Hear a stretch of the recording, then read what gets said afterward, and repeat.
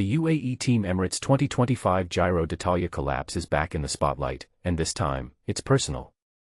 Isaac Del Toro's recent revelations have reignited the debate, exposing a communication breakdown that cost him the coveted Maglia Rosa on the grueling Col del Finestre. But here's where it gets controversial: was this a simple oversight, or a catastrophic failure in team strategy? Cycling legend Chris Horner isn't holding back, and his critique is sharper than ever. In a candid reaction on his YouTube channel, Horner dissects Del Toro's latest interview, arguing that it finally exposes the decisive tactical error that derailed UAE's Giro campaign. At the heart of the controversy is a now infamous statement from team director Fabio Baldato: "Well, I told him one time going up to climb." This single line, referring to the threat of Wout Van Aert assisting Simon Yates, has become the focal point of Horner's scathing analysis. And this is the part most people miss. Horner insists that under the pressure of a Grand Tour summit finish, such minimal communication is indefensible. He should have been reminded repeatedly before the climb even started, Horner asserts, his disbelief palpable. According to Horner, this was the exact moment UAE's Giro bid began to unravel. As the Finestre stage unfolded, EF Education-EasyPost ignited the race, launching Richard Carapaz. Horner paints a vivid picture of the domino effect. Mikel Honoré blew it all up. Brandon McNulty, Rafael Micah, Adam Yates, all dropped. Suddenly, Del Toro, just 21 and in only his second Grand Tour, found himself isolated in pink.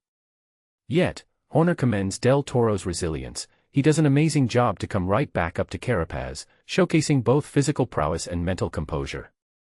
But the real turning point, Horner argues, wasn't an attack, it was the silence. While Del Toro shadowed Carapaz, Simon Yates surged ahead, ultimately launching the race-winning move. Here's the kicker: Del Toro was never properly informed about Van Aert's presence up the road until it was far too late. The gap is up to 55 seconds before he hears in his race radio, Horner explains, his frustration evident. In Horner's view, the outcome was sealed from that moment. If he gets to Van Aert's back wheel, nobody's catching him. Del Toro's own reflections only reinforce Horner's critique. In his interview with GCN, Del Toro laments, "They should have told me about Van Aert when he had 10 seconds. I'd have said, let's attack, let's try." Horner's most damning verdict. You almost never see the strongest rider in a Grand Tour lose because he never even tried to defend the jersey. For Horner, Del Toro didn't lose the Giro, the UAE team car lost it for him. The Directeur Sportif failed multiple times, concludes the former Vuelta a España winner. But here's the question that's dividing fans: was this a simple communication lapse, or a systemic failure in team strategy?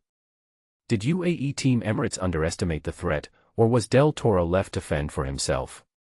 And what does this mean for the future of young riders like Del Toro, who rely on their teams to guide them through the chaos of a Grand Tour? Let us know your thoughts in the comments. This debate is far from over.